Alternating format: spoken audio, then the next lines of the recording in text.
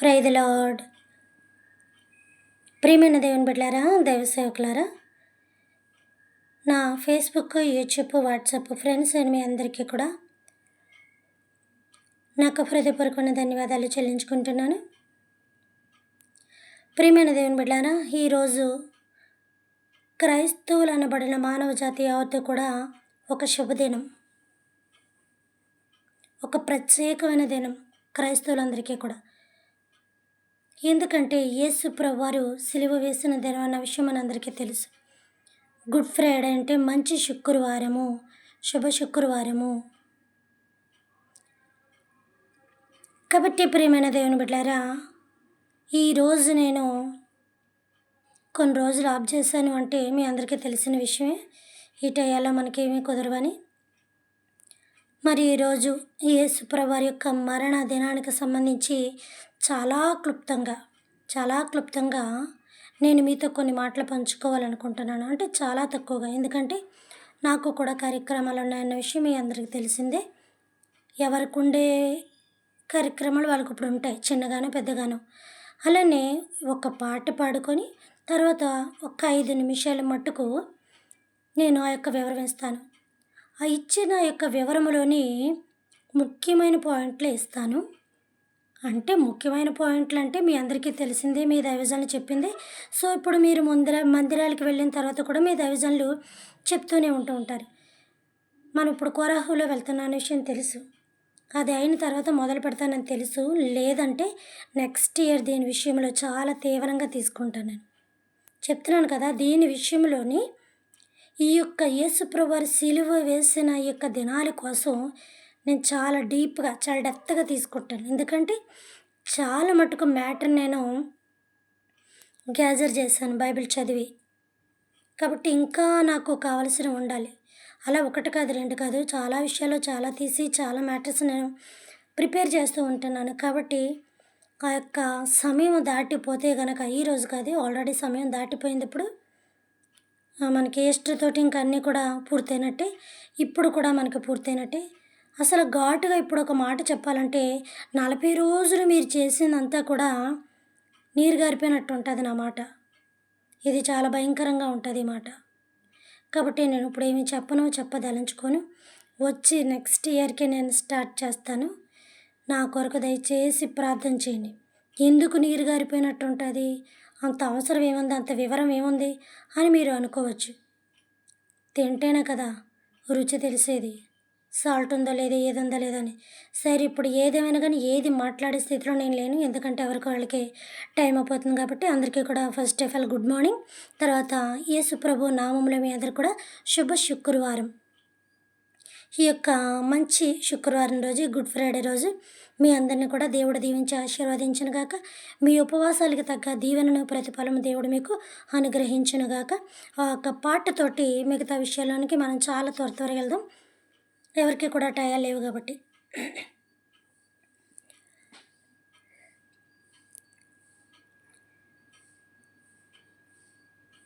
సిలువలో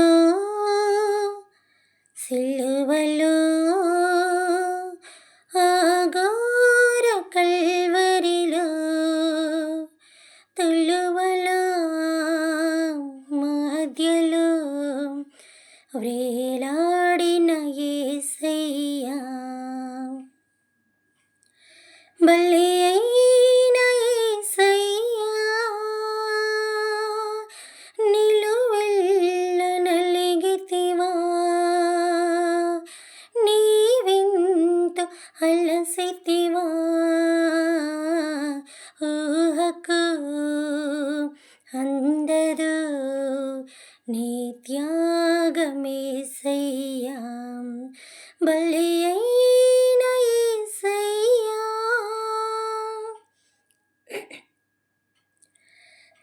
నేరము చేయని నీవు ఈ ఘోర పాపి కొరకు భారమైన సిలువ మోయలేక మోసావు.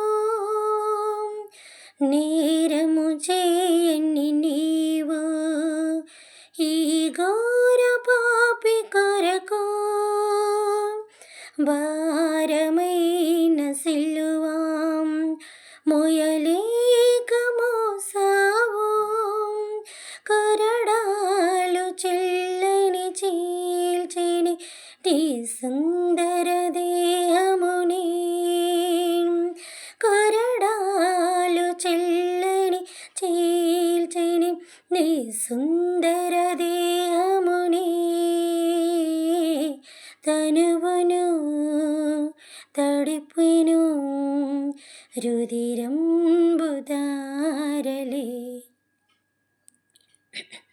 బలి అయిన యేసయ్యా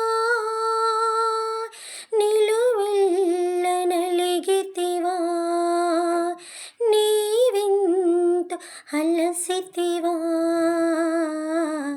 ఊహకు అందదు నీ త్యాగమేసయ్యా,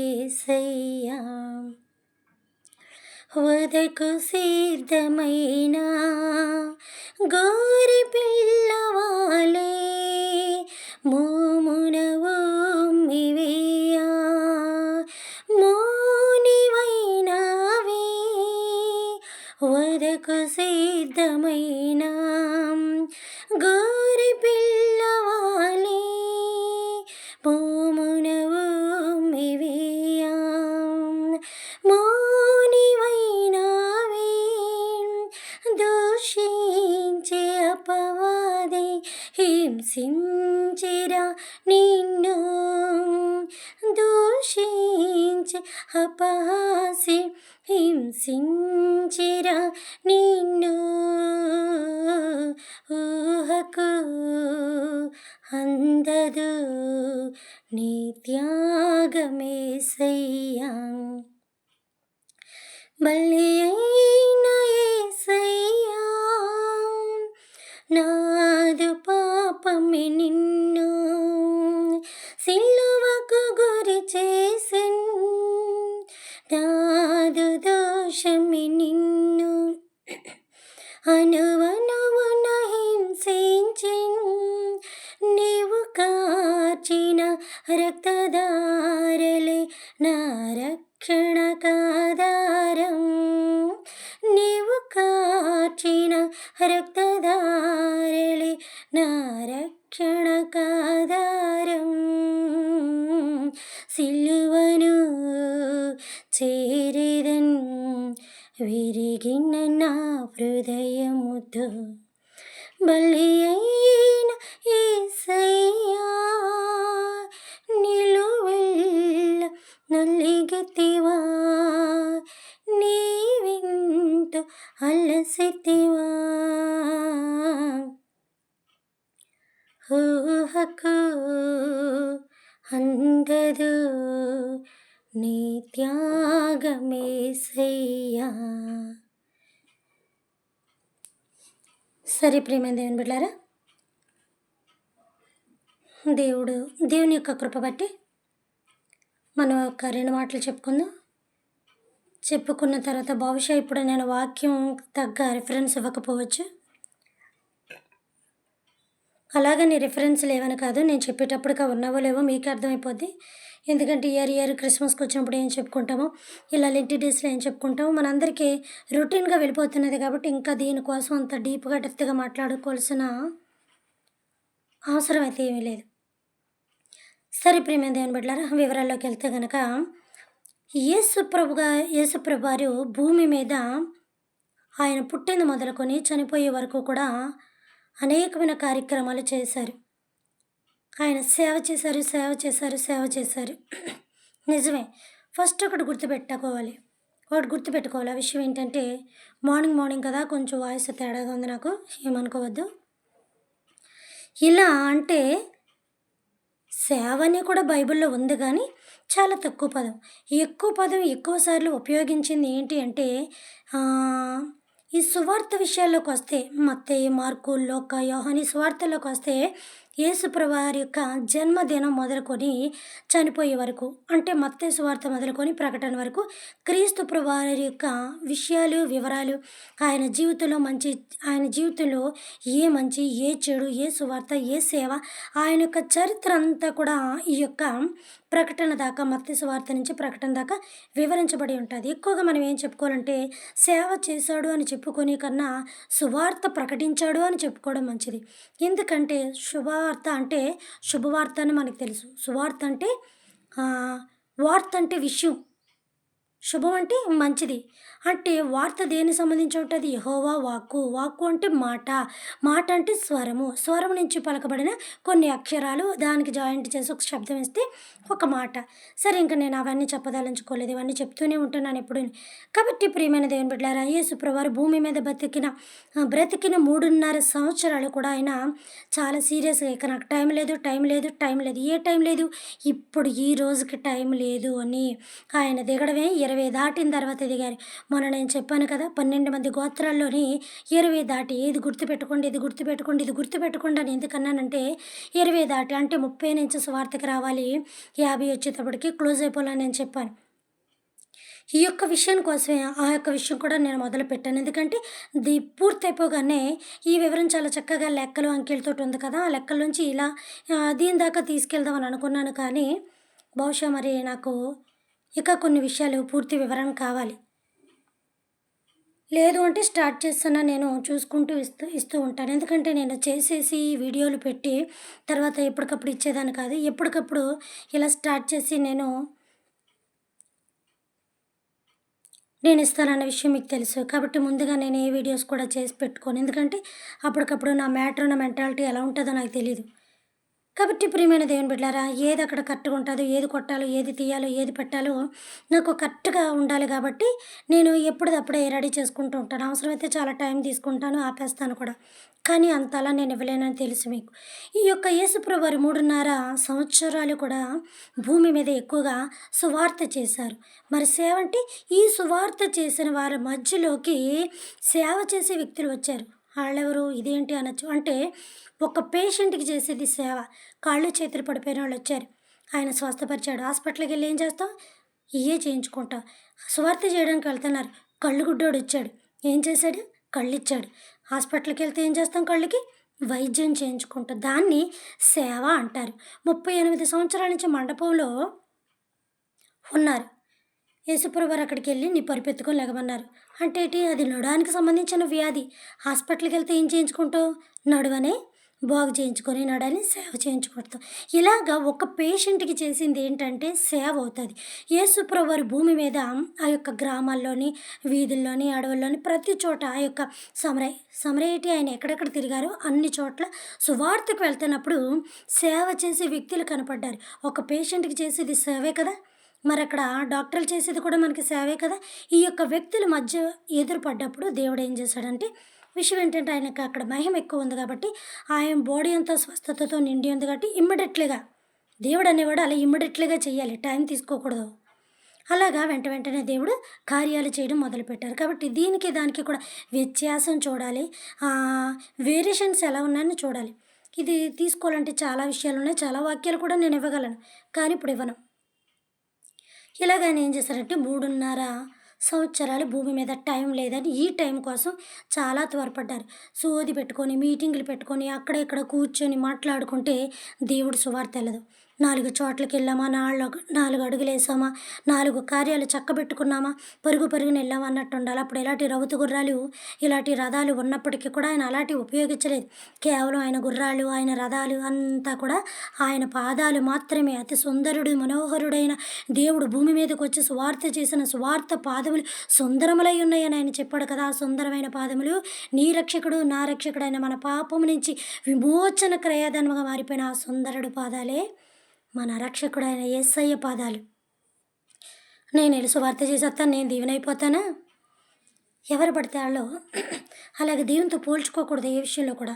కాబట్టి ప్రియమైన దేవుని బిడ్డలారా, ఇప్పుడు మ్యాన్ ఆఫ్ ది గాడ్ అనేస్తున్నారు ఎక్కడ పడితే అక్కడ. ఒక మనిషి దేవుడి కింద సృష్టింపబడుతున్నాడు. సృష్టికర్తను మరిచి సృష్టిని పూజించును అన్నట్టుగా ఉంది బయట వ్యవహారపు యొక్క తీరు. చాలా భయంకరంగా ఉంది. సరే ఆ విషయాలు కూడా మనం పక్కన పెట్టుకుంటే, ఈ 3.5 సంవత్సరాలు యేసు ప్రభు చేసిన సువార్త చాలా భయంకరం. ఎక్కడ కూర్చోలేదు, ఎక్కడ గ్యాప్ ఇవ్వలేదు, ఎవరితోటి మాట్లాడలేదు. పరుగు నడక, పరుగు నడక, పరుగు నడక మీదే ఆయన టైంకి ఆయన అనుకున్న ఈ రోజుకి టైం పూర్తయిపోలే. ఆయన అనుకున్న షెడ్యూల్ మొత్తం ఆ టైంకి పూర్తయిపోలే కాబట్టి పూర్తి చేసేసాడు. 3.5 సంవత్సరాలు యవ్వన కాలం, యవ్వన కాలం, యవ్వన కాలం అన్నాడు. ఎందుకో తెలుసా? పరిగెట్టడానికి, పని చేయడానికి అది మంచి కాలం. పసితనంలో చేయలేం.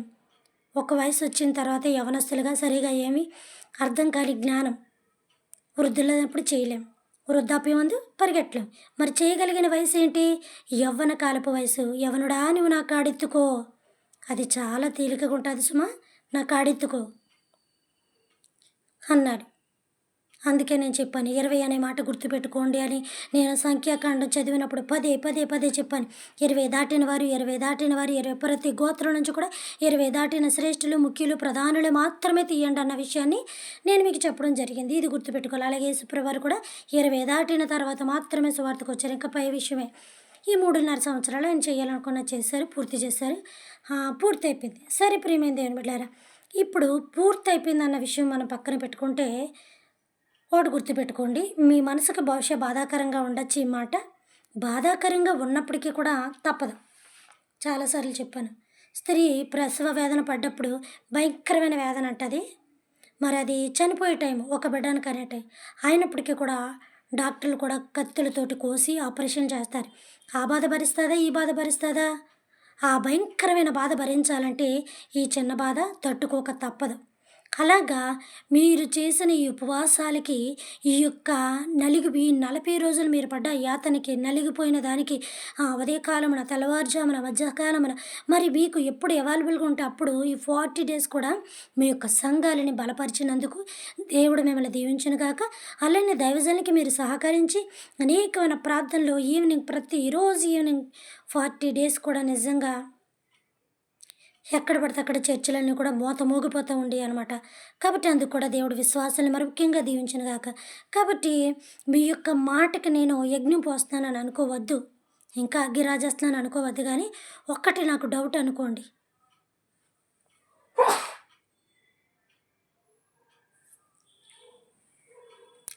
ఆ డౌట్ ఏంటంటే ప్రియమైన దేవుని బిడ్డలారా, యేసుప్రభువారు 40 రోజులు శ్రమ పడ్డారా?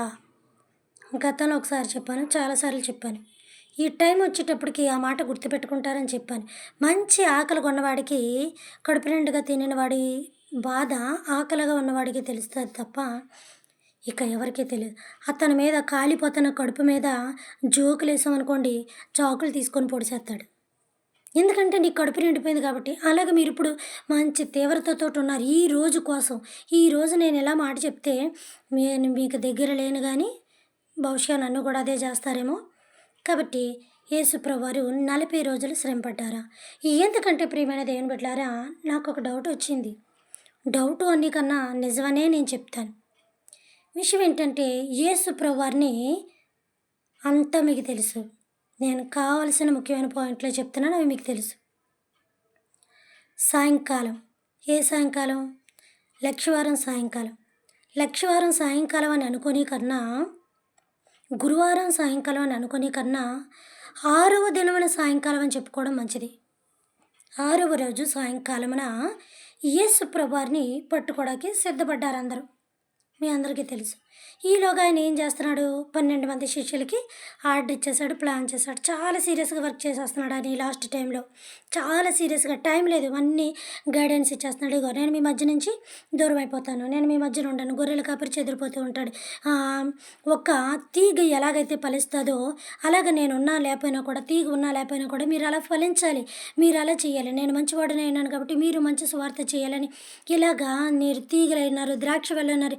మొత్తం యేసుప్రభు మరణానికి సంబంధించి 4 సువార్తలు కూడా చాలా అద్భుతకరమైన వివరం ఇవ్వబడింది. ఇప్పుడు నేను ఇవ్వట్లేదు, అంటే జనరల్గా చెప్పుకుంటూ వెళ్ళిపోతున్నాను, టైం లేదు నాకు. ఇలాగా కాబట్టి ప్రియమైన దేవుని బిడ్డలారా, ఈ యొక్క విషయాలు ఇవన్నీ కూడా యేసుప్రభువారు చెప్పుకుంటూ వచ్చారు. కాపరి చెదరిపోతారు, చాలా జాగ్రత్తగా ఉండాలి, అలాగే ఇలాగని చాలా గైడెన్స్ ఇచ్చుకొని త్వరగా మేడగదిలో నాకు భోజనం సిద్ధపరచండి. ఏ భోజనం? ఏ భోజనం? బిర్యానీ భోజనాలు కాదు అక్కడ. రొట్టి, ద్రాక్షారసం అనే భోజనం సాయంకాలం మాత్రమే. అందుకే యేసుప్రభువారు రొట్టి, ద్రాక్షారసానికి వచ్చిన పేరు రాత్రి, ప్రభురాత్రి, రాత్రి, ప్రభురాత్రి అనే మాట వచ్చింది తప్ప పగలు అనే మాట రాలేదు. అక్కడ చాలా డిఫరెన్స్ ఉంది. అది తీసుకోవాలంటే ఇవన్నీ కూడా అందుకే చెప్పడానికి నాకు టైం కావాలంటున్నాను. కాబట్టి ప్రియమైన దేవుని బిడ్డలారా, 6వ రోజు సాయంకాలం ఆయన్ని పట్టుకోవడానికి సిద్ధపడుతున్నారు. ఈయన మేడగదిలోకి వెళ్ళిపోయారు. అక్కడ కొట్టుకోవడం మొదలుపెట్టారు. అంటే మాటలతోటి, కత్తులతోటి, గుదిళ్ళతోటి కాదు గానీ మాటలతో.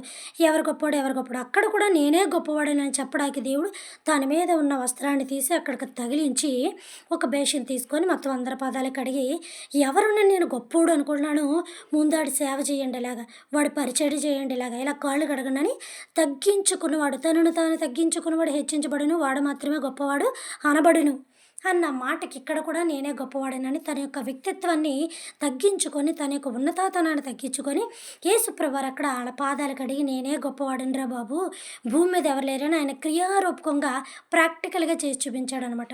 సరే ప్రియమైన దేవుని బిడ్డారా, ఈ విషయం కూడా ఇక్కడ ఎలా పెడదాం. అక్కడ ప్రభురాత్రి సంస్కారం దేనికి సూచన?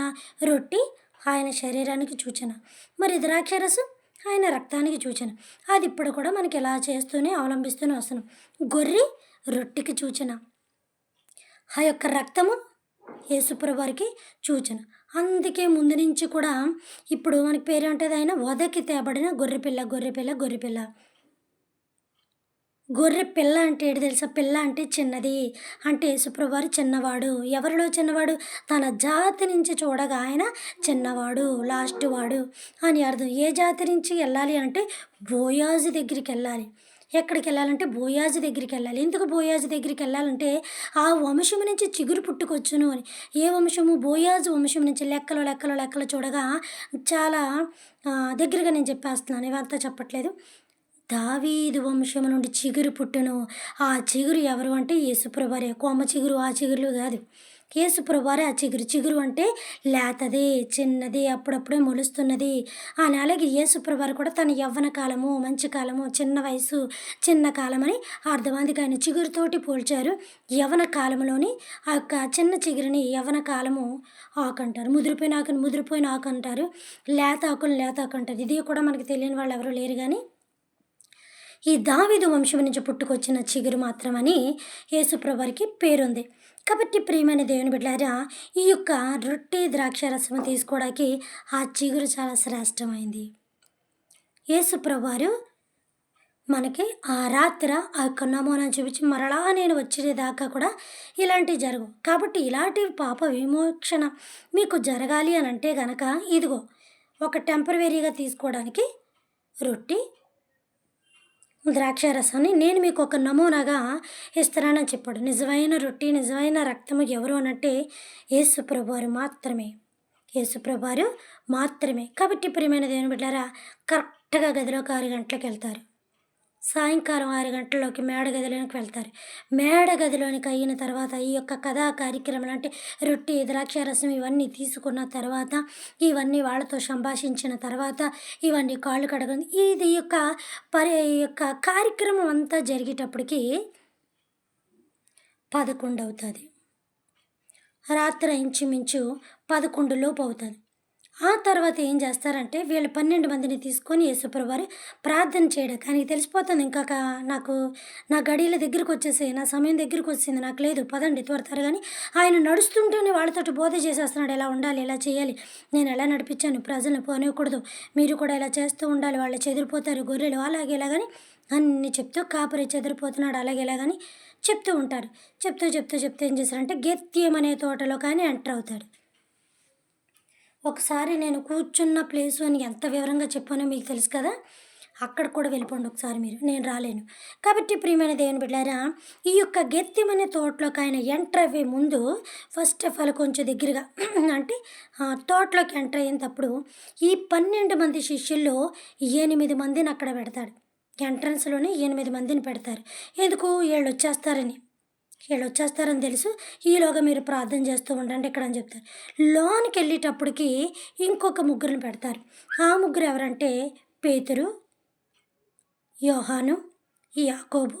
పేతురు, యోహాను, యాకోబు, పేతురు ఆళ్ళ ముగ్గురిని ఇంకొంచెం దూరానికి పెడతారు.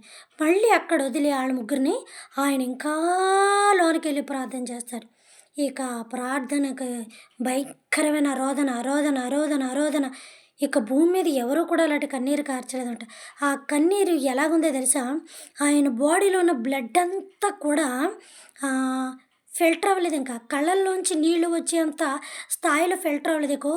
కళ్ళల్లోకి వచ్చేస్తుంది వాటర్, వాటర్, వాటర్, వాటర్ వచ్చేస్తే ఫిల్టర్ అయ్యి వేస్ట్ వాటర్ కదా వస్తది. ఫిల్టర్ అవ్వడానికి ఏమి లేదు అక్కడ ఇంకా. ఎలా ఉన్నా అలాగా ఆ యొక్క బ్లడ్ కళ్ళులో ఉన్న నరాలు చిదిగిపోయి ఆ బ్లడ్ కారిపోతుంది. బాడీ అంతా ఒక విధంగా చెప్పాలంటే ఆయన ఉగ్రుడైపోయాడు. ఆయన ఆ బాధ తలంచుకొని అల్లిపోయాడు, భయపడిపోయాడు, బెదిరిపోయాడు. దేవుడికి భయమేటి? దేవుడికి బెదిరేటి అనొచ్చు. అవన్నీ కూడా నేను చూపిస్తాను. కాబట్టి ప్రియమైన దేవుని బిడ్డలారా, ఆ టెన్షన్ ఆయన తట్టుకోలేకపోయాడు. ఒక విధంగా ఈ రోజున మనం చెప్పాలంటే ప్రతిదానికి ఒకటే పేరు. మన తెలుగు పదాలు పక్కన పెట్టేసి అన్ని ఇంగ్లీష్ పదాలే మనకి. పరిపూర్ణమైన అర్థాలేమీ ఉండవు. అదేంటంటే బీపీ అంటారు. అంటే ఉద్రిక్తత బాడీలో పెరిగిన ఆహ్, రక్తపోటు అని చెప్పచ్చు. ఇది కరెక్ట్‌గా ఉంటది తెలుగు పదానికి. రక్తపోటు అంటే ఆ యొక్క రక్తంతోటి ఆయన పోరాడుతుంటే, ఆ చెమట రక్తము చెమట వలె కరి అక్కడున్న భూమి, ఆయన కూర్చున్న ప్లేస్ అంతా కూడా తడిసిపోయిందంట. మరణయాతనంతా అక్కడే పడిపోయాడాయన. ఇక భయపడిపోతున్నాడు. వెంటనే తండ్రి అయిన దేవుడు తలంచాడు. వెంటనే అక్కడికి పరలోకము నుండి ఒక దేవదూత దిగింది. పరలోకం నుండి ఒక దేవదూత మాట్లాడి ఆయనని బలపరిచిందక్కడ. బలపరిచింది, ధైర్యపరిచింది. ఆయన మనోధైర్యాన్ని ఇంకా ఇంకా బలపరిచింది. నువ్వు భయపడకన్నట్టుగా ఆయనకి ధైర్యం ఇచ్చిందనమాట. పరలోకం నుండి దేవదూత దిగి అక్కడ మాట్లాడిన తర్వాత అప్పుడు యేసుప్రభువారు ఇంకా ధైర్యం కలిగి, సరే తండ్రి, నేను ఇలాగా వెనక్కి తిరగడం మంచిది కాదు. నన్ను శాతం లాగుతుంది. మీకు ఎలాగ దిగినోడిని దిగాను కదా, లోతేదో చూసేద్దామని అనుకోనప్పుడు ఆయన, తండ్రి నీ చిత్తమైతే ఈ గిన్నె నా నుంచి తొలగించు. భయపడిపోయాడు, అల్లిపోయాడు, బెదిరిపోయాడు. ఎలా తట్టుకొని ఆయన మానవుడైనా మనకులాగే శరీరాలు రక్తమాంసం ఉన్నాయి. కొడితే రక్తమే వచ్చింది కదా, అలాగా భయంకరమైన మరణం ఆయన చూశారు. ఆ యొక్క అధైర్యపడిపోయినప్పుడు ఆయనకి ఒక దేవదూత వచ్చి ఆయన పరలోకం నుండి దేవదూత దిగొచ్చి ఆయన ధైర్యపరిచింది. భయపడద్దు, భయపడద్దు. భూమి మీద ప్రతి మానవుడు ఏదో దానికి భయపడుతున్నాడని చెప్తున్నాను నేను. భయం ఎక్కువైపోయింది. భయం లేనోడు ఏదైనా చేసేస్తాడు. జీవితం మీద భయం లేనోడు అన్నీ చేసేస్తాడు. కాబట్టి ప్రియమైన దేవుని బిడ్డలారా, యేసు ప్రభుతో దేవదూత మాట్లాడినప్పుడు, సరే తండ్రి నీ చిత్తమే కానీ అని మళ్ళీ ఆయనకు అప్పచెప్పుకోవడం. ఆ ప్రార్థన అయిపోయిన తర్వాత ఆయన లెగిసి రావడం.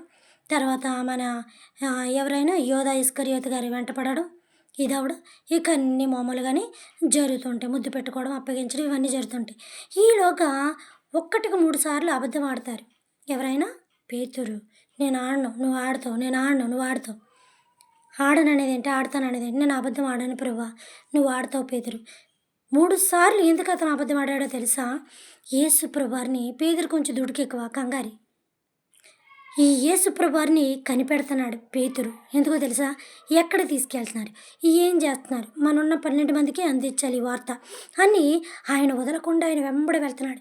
అక్కడ మంటేసి కూర్చుంటే చూడండి, ఇప్పుడు అర్ధరాత్రి అక్కడ ఒక ఎమ్మెల్యేనో లేకపోతే ఒక పెద్ద ఎంపీలనో ఎవరినన్నా ఏదో ఒక విషయంలో అరెస్ట్ చేసినప్పుడు మనం ఏమనుకుంటాం, పొద్దున అక్కడ ఉన్న వాళ్ళందరూ చూడడం చేయడం ఇది చేసినప్పుడు ఏమైందో పెద్దవాళ్ళకే గొడవ ఏమైందో అని మనం అంతా అనుకుంటాం కదా, కంగారుగా. లేదనుకో, ఒక పెద్ద విలువైన వ్యక్తి ఎవరన్నా చనిపోయినప్పుడు కూడా ఎలా ఉంటుంది, చాలా కంగారుగా మరి ఊరంతా చెప్పుకోవడం, ఊరంతా హడావిడిగా ఉండడం, అక్కడక్కడ గుంపులుగా ఉండడం, విషయాలు చెప్పుకోవడం, పేపర్లు చదవడం, మరి ఇవన్నీ కూడా న్యూస్లో వచ్చింది కూడా మార్నింగ్ మరి వాకింగ్ చేసినప్పుడు చెప్పుకోవడం, లేకపోతే ఎక్కడన్నా ఏదైనా మీటింగ్లో కూర్చొని చెప్పుకోవడం, ఏదో ఒక రకంగా గుంపులుగా చెప్పుకుంటాం.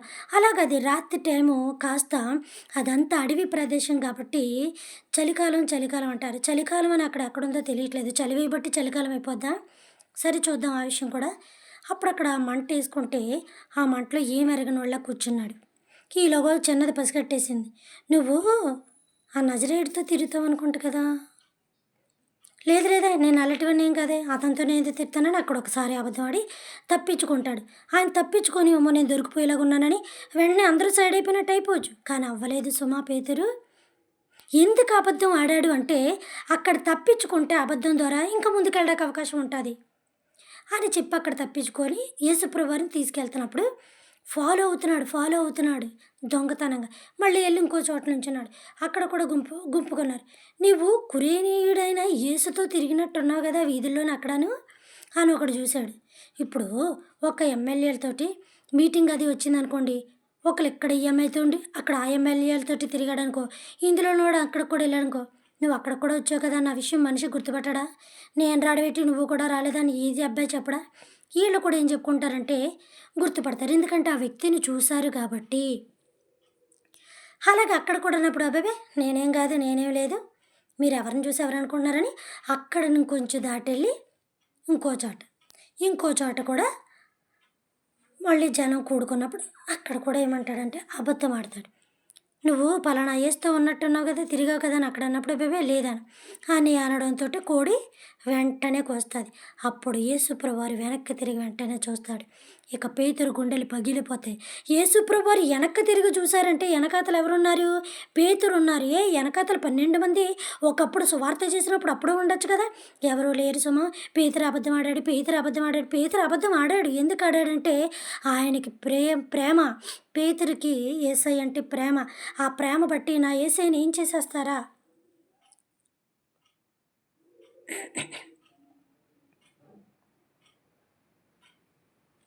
అని అతను ఫాలో చేయడం జరిగింది.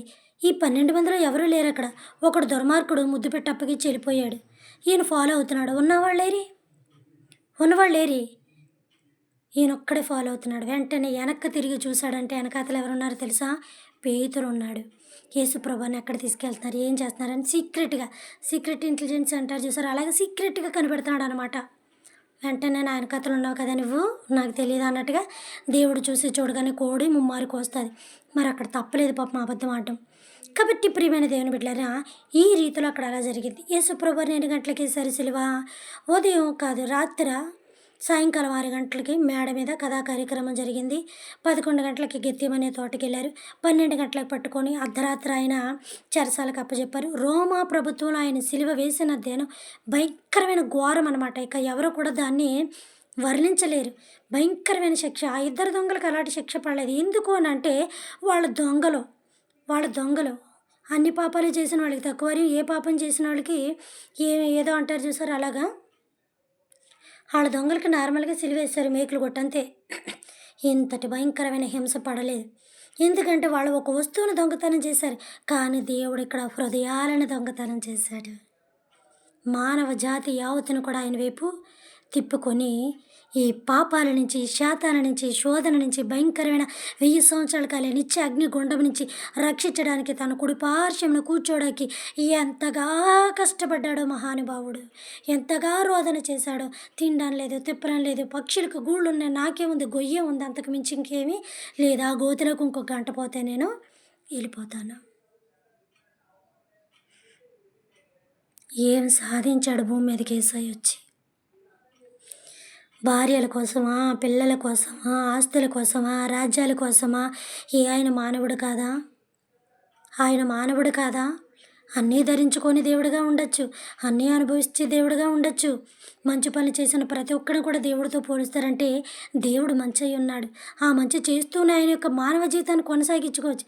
అలా చేయలేదే. పాప సహితునిలో నుండి పాపరహితుడి పుట్టుకొచ్చిన ఎంత మేలు. వాళ్ళ పూర్వీకులందరూ భర్త భార్యల చేత కాపురం చేసి బిడ్డల కన్నవాళ్ళే. యేసుప్రభువారు పరిశుద్ధమైన గర్భాన్ని ఎన్నుకున్న పరిశుద్ధుడు ఆయన, మహోన్నతుడు. నువ్వు పట్టుకున్న రక్షకుడు మామూలుడు కాదు.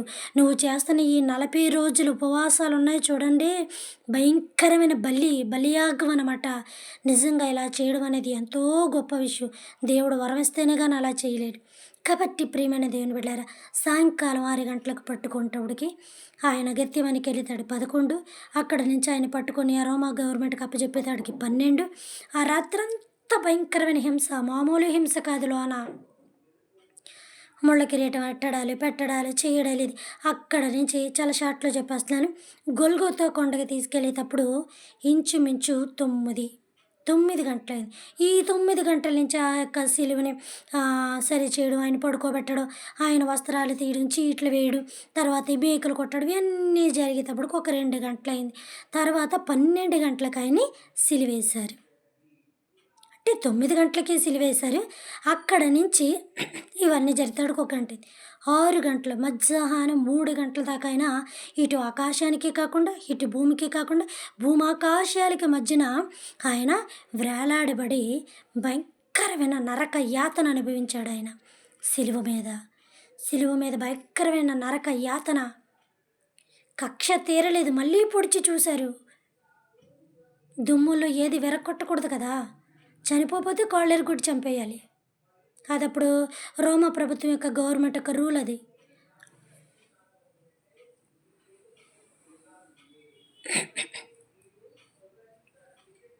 కాబట్టి ప్రియమైన దేవుని బిడ్డలారా, అలాంటి భయంకరమైన ఒక మరణం పొందిన ఇజ్రాయేలు దేవుడికి జనులు కాగలిగిన వారు ధన్యులన్నాడు. యేసు ప్రభు అనే మాట మన నోట రావడమే చాలా ధన్యత. దేవుడు మనల్ని బిడ్డలని చెప్పుకోవడం ఇక ఎంత అర్హత. మేము రాజకుమారులమని చెప్పుకోవడం ఎంత గొప్పతనం అది. తర్వాత ఆయనను సిలువ దించి అక్కడ నుంచి 3 గంటలకి చనిపోయిన తర్వాత సిలువ దించి ఈయనని శుభ్రం చేసి వీళ్ళకి అప్పజెప్పి మళ్ళీ చనిపోయలేదో చూసి కిందకి దించి అన్నీ చేసి ఆయనను సమాధి దగ్గర దాకా తీసుకొచ్చి శుభ్రపరిచి, బాడీని శుభ్రపరిచి, అంటే వీళ్ళు స్త్రీలు కొంతమంది వీళ్ళంతా కూడా శుభ్రపరిచి సమాధిలో పెట్టి బయటకు వచ్చేటప్పటికి కరెక్ట్గా చీకటి పడిపోయింది. ఏ సాయంకాలం అయితే ఏ టైంకి అయితే పట్టుకున్నారో ఆ సాయంకాలం ఆ టైంకైనా సమాధిలో పెట్టారు. సమాధిలో పెట్టి రాయి వేసి వచ్చేటప్పటికి సాయంకాలం 7. అక్కడి నుంచి ఇక్కడ కరెక్ట్గా లెక్కలు చూసుకుని 24 గంటలు. అంటే ఆయన యాతన పడిన రోజు ఒక్క రోజు మాత్రమే, 24 గంటలు మాత్రమే ఆయన బాధపడ్డారు. అక్కడ 6 ఇక్కడ 6 చూసుకుంటే 24 గంటలు ఆయన నరకయాతన అనుభవించేశాడు. బాధపడ్డాడు. ఆ గెత్తిమనే తోటలోనే సగం నరకం చూశాడు ఆయన ప్రార్థనలోని. ఆళ్ళకాళ్ళకి అప్పచెప్పుకున్నాడు. 24 గంటలు ఒక్క రోజు భయంకరమైన యాతన పడ్డారు. మరి 40 రోజులు అనే మాట ఎప్పుడొచ్చింది, ఎక్కడొచ్చింది, ఎలా వచ్చింది అనే విషయాలు ఇవన్నీ ఇవ్వాలి నేను మీకు. ఖచ్చితంగా ఇక నేను వచ్చే సంవత్సరమే ఇస్తాను. ఎందుకంటే చాలా కావాలి, చాలా ఉన్నాయి, చాలా కావాలి, చాలా చూడాలి. ఇవన్నీ బైబిల్ చదివి తీయాలి. ఎలా తీయాలంటే బియ్యంలో రాళ్ళు ఏరినట్టుగా తీయాలి. అవన్నీ ఈజీగా కనపడతాయి, ఈజీగా కనపడవు కదా. ఇలాగైనా ఒక్కరోజు మాత్రమే ఏమయ్యారంటే శ్రమ పడ్డారు. ఈయన పట్టుకొని తీసుకెళ్ళిన తర్వాత ఎక్కడ పెట్టారంటే అన్న అనే ఒక ప్రవక్త దగ్గర తీసుకెళ్తారు. ఎక్కడంటే అన్న అనే ఒక ప్రవక్త దగ్గర తీసుకెళ్ళినప్పుడు ఆ అన్న ఎవరంటే మొట్టమొదటిగా ఆయన దగ్గర నిలబెడతారు. ఆ అన్న ఎవరంటే ప్రధాన యాజకుడికి మావయ్య అవుతాడు. ఈ మావయ్య అనే అతని దగ్గరికి ఈ అన్న దగ్గర తీసుకెళ్తారు. తర్వాత అక్కడి నుంచి పిలాతు దగ్గరికి తీసుకెళ్తారు. పిలాతు దగ్గరికి తీసుకెళ్ళిన తర్వాత సన్హెద్రిన్ సభ అని ఒకటి ఉంటుంది, అక్కడ తీసుకెళ్తారు. మళ్ళీ అదే చోటకి 2 సార్లు తీసుకెళ్తారు. ఆ సభలో ఆయన్ని 2 సార్లు తీసుకెళ్ళి 2 సార్లు అక్కడ ఆయన పెట్టడం జరుగుతుంది. అక్కడ పెట్టిన తర్వాత మళ్ళీ చివరిగా పిలాతుకి అప్పచెప్తారు. అప్పుడు పిలాతు ఇంకేలా గొడవ పడలేక యేసుప్రభువారిని మరణానికి అప్పచెప్తారు. ఇలా చెప్పుకుంటూ పోతే చాలా ఉంది. 4 దగ్గరికి 4 సార్లు చెప్తారు. సన్హెద్రిన్ సభలోనే ఆయన్ని 2 సార్లు పెడతారు. 2 సార్లు అక్కడ జడ్జిమెంట్ అవుతుంది. ఈ అన్న అనే అతను ఇక్కడ పంపిస్తాడు. అన్న ఎవరని చెప్పని ప్రధాన యాజకుడికి పిలాతుకి మామ. వరుసలు కూడా ఇలా వస్తూ ఉంటాయి.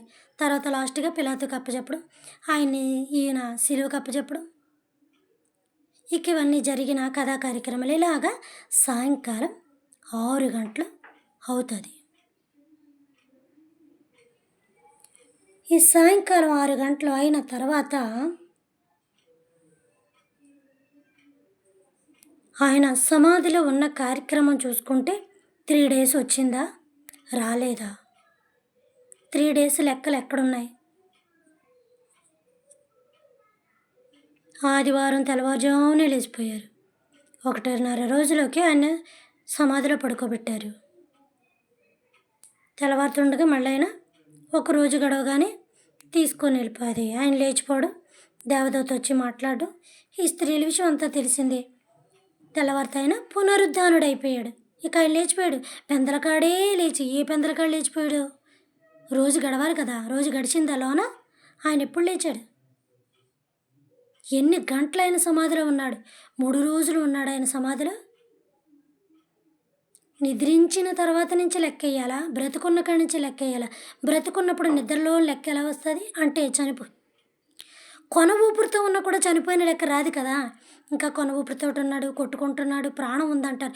మొత్తం ప్రాణం అనేది పోయి బాడీ నిర్జీవం అయిపోతేనే కదా అక్కడ నుంచి చనిపోయి, ఒకరోజు చనిపోయి 2 రోజులు అంటారు. కానీ ఒక నెల రోజులు మంచం మీద కొట్టుకొని, ఒక వారం రోజులు మంచం మీద కొట్టుకున్న కొన ఊపిరున్నా ఇంకా ఏదో ప్రాణంతో అలా కొట్టుమిట్లాడుతున్నాడు, ఇంకా ఏదో ప్రాణంతో అలా కొట్టుమిట్లాడుతుంది అంటారు తప్ప చచ్చిపోయాడు, చచ్చిపోయిందని అంటారా? మరి లెక్కలు కరెక్ట్గా ఉన్నాయా మనకి? చూద్దాం. ఇవన్నీ చేస్తున్నాను. దేవుడి శక్తి నాకు అనుగ్రహించాలని ప్రార్థన చేయండి. దేవుడు నన్ను నడిపించాలని ప్రార్థన చేయండి. అందుకే దేవుడు నాకు ఇంకా ఆయుష్ ఇవ్వాలని ప్రార్థన చేయండి అన్నాను. ఆ వంక ఈ వంక నువ్వు ఇంకా ఎక్కువ ఆయుష్తో బతికేద్దాం అనుకుంటున్నావా అని మీరు అనుకోవచ్చు. చెప్పలేము. నా వంతు ప్రయత్నం నేను చేసుకుంటూ వెళ్ళిపోతున్నాను. ఆయన ఎప్పుడు పిలిచినా వెళ్ళిపోక తప్పదు. కాబట్టి ఇవన్నీ త్వరగా ఇవ్వాలని నా కొరకు ఇప్పుడు ప్రార్థన చేయండి. ఈ యొక్క యేసుప్రభు వారి యొక్క శిలువ దినం చాలా జ్ఞాపకం చేసుకోవాలి. ఆయన మరణ దినం అని ఎక్కువగా గుర్తుపెట్టుకోవాలి. గుర్తుపెట్టుకోబట్టే కదా 40 రోజులు చేసాం. 40 రోజులు దేవుడు కాదు, వ్రతాల దేవుడు కాదు మన దేవుడు.